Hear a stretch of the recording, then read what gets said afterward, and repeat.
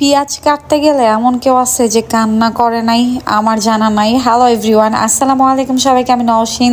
কেমন আছেন সবাই? অবশ্যই কমেন্ট করে জানাবেন। আর কে কোথা থেকে আমার ভিডিও দেখতেছেন অবশ্যই কমেন্ট করে জানাবেন। রান্নাবান্না করা যতটা সহজ, কিন্তু সবজি, আলু, পেঁয়াজ, মরিচ এগুলো কাটা অনেক কঠিন, মাছ কাটা অনেক কঠিন, ধোয়া এগুলো অনেক কঠিন।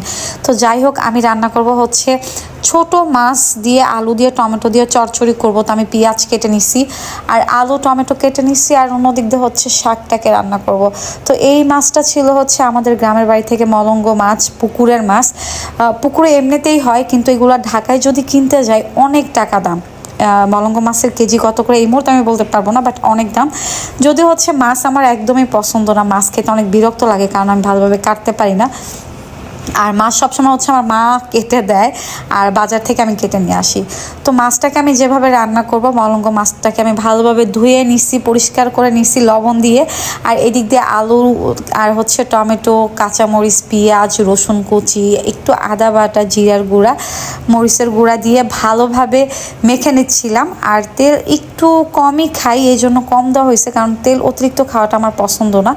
তো হাতে অনেকক্ষণ মাখায় নিছি। হাতে মাখা নাকি এই রান্নাটা ভালো হয়। আর ধুইনা পাতাও ছিল, তবে এই খাবারটা হচ্ছে শীতকালে বেশি ভালো লাগে। তো আমি ভালোভাবে মাখানোর পরে চুলার জালে বসায় দিলাম। আর জালে আর কি হচ্ছিল, পানি দিব না, ওইটার মধ্যে হচ্ছে সিদ্ধ হয়ে যাবে। আর ওই দিক দিয়ে মাছের তরকারিটা হতে হতে আমি এই কড়াইতে হচ্ছে শাক রান্না করে ফেলবো। শাকের জন্য আর কি শুকনা মরিচ কাটার দিয়ে কেটে নিচ্ছিলাম, কারণ মরিচ কাটতে গেলে আমার হাতে অনেক বেশি ঝাল ধরে যায়, খুব খারাপ লাগে। তো এখানে ছিল হচ্ছে কলমি শাক, কলমি শাকটাকে ভাজি করে ফেলবো। তো এই ছিল হচ্ছে দুপুরের রান্না বান্না। আর আমার এই কড়াইটা নিয়ে হচ্ছে অনেকের আগের ভিডিওতে অনেক কমেন্ট ছিল যে আপু তোমার কড়াইটা কি ভালোভাবে পরিষ্কার করো না। আমি যতই ওই কড়াইটাকে পরিষ্কার করি না কেন, পরিষ্কার হয় না। তো যাই হোক, কারণ কড়াইটা হচ্ছে অনেক পুরনো। আর এই দিক দিয়ে এই যে আমার তরকারি অলরেডি পানি বের হয়ে আসছে চচ্চড়ি থেকে, আমি কোনো পানি দিই নাই। ফাইনালি হচ্ছে আমার রান্না বান্না ডান। অল্প সময়ের মধ্যে আসলে এই রান্নাটা হয়ে যায়, কিন্তু কাটতে অনেকটা সময় লাগে। আর এই যে ছিল শাকভাজি, শাকের মধ্যে হচ্ছে শাকের ডাঁটাটাই বেশি ছিল। তো যাই হোক, রান্নাবান্না শেষ করে ঘরের যত কাজ ছিল সব কিছু গোছগাছ করে বসেছিলাম।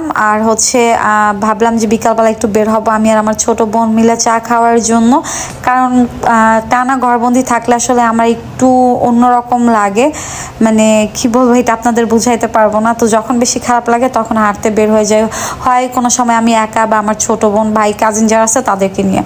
ফাইনালি আমার ছোট বোন চলে আসে, রেডি হয়ে কোনো রকম বাসা থেকে বের হয়ে যায়। আর বলতেছিলাম যে চাটা তুই খাওয়াবে, কারণ আমার কাছে একদমই টাকা ছিল না।